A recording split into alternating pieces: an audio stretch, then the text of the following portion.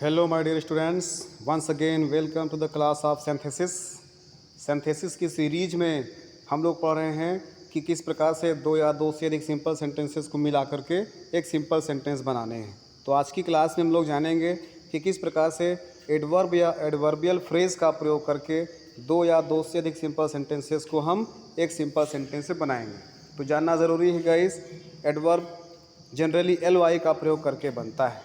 आपने जाना होगा वर्ब में एल वाई लगाने से, या सॉरी एडवर्ब एडजेक्टिव में एल वाई लगा देने से हम लोग एडवर्ब को प्राप्त कर लेते हैं। जैसे ब्यूटीफुल लिखा हुआ है, ब्यूटीफुल क्या है? एडजेक्टिव है। ब्यूटीफुल में एल वाई लगा देंगे, ब्यूटीफुली, नाइस, नाइसली।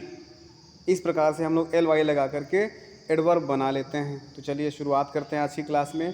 तो मैंने सामने जो लिखा है गाइस, जिसको आपको फेयर कॉपी में नोट डाउन भी करते चलना है।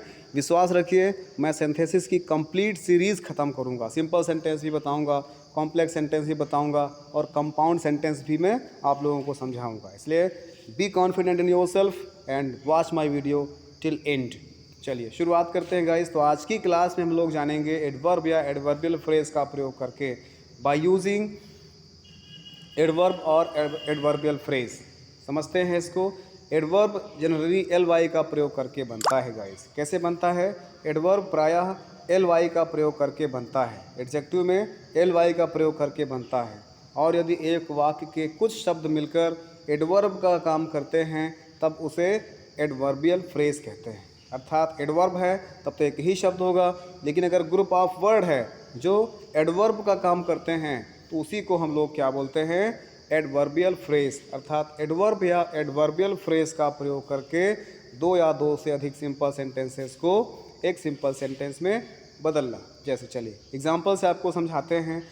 जैसे सेंटेंस लिखा हुआ है, he was attending the function. वह फंक्शन अटेंड कर रहा था। इट वॉज रेगुलर, वह नियमित था। या ही वॉज रेगुलर या it was regular means function नियमित था, फंक्शन रेगुलर चलता रहता था। अब देखो गाइस, इसको आपको चेंज करना है।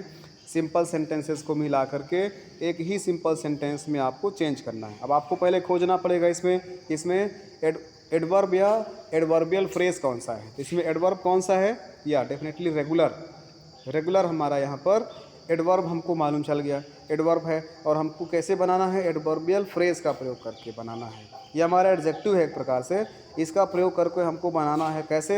एल वाई लगा करके हम एडजेक्टिव को एडवर्ब में परिवर्तित कर सकते हैं। तो आप इसको पहले मैंने क्या बोला है, मैंने लास्ट की वीडियो में भी कहा था कि जब भी हमें सिंथेसिस करना होता है तो पहले हमको दोनों सेंटेंसेस को हिंदी में अर्थ निकालना है, फिर हिंदी में इन दोनों सेंटेंसेस को आपस में कंबाइन करना है, और जो भी उसका सिंपल सेंटेंस में अर्थ निकले उसी को हमको इंग्लिश में ट्रांसलेट कर देना होता है। जैसे he was attending the function, वह फंक्शन अटेंड कर रहा था। इट वॉज रेगुलर, यह नियमित था।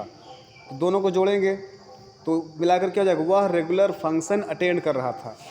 He was attending the function, regular की जगह पर रेगुलरली कर दो, क्योंकि एल वाई लगा करके हम उसमें एडजेक्टिव बना सकते हैं। तो पूरा मिलाकर क्या हो जाएगा? He was attending the function regularly, ये रेगुलरली लिख दिया हमने।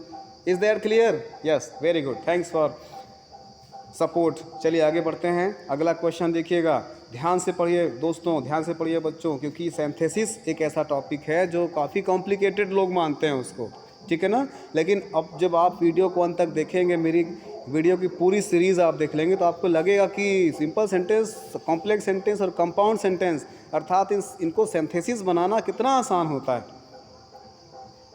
बैकग्राउंड म्यूजिक ही बज रहा है चलिए देखते हैं। अच्छा, अगला क्वेश्चन है, ही फेल्ड, वो फेल हो गया। इट वॉज अनफॉर्चुनेट, या दुर्भाग्य था। He failed, it was unfortunate. अब देखो अनफॉर्चुनेट हमारा क्या है? अनफॉर्चुनेट को हमको क्या बनाना है? एडजेक्टिव बनाना है। अब इसमें क्या लगा देंगे? एल वाई लगा देंगे, तो हो जाएगा अनफॉर्चुनेटली।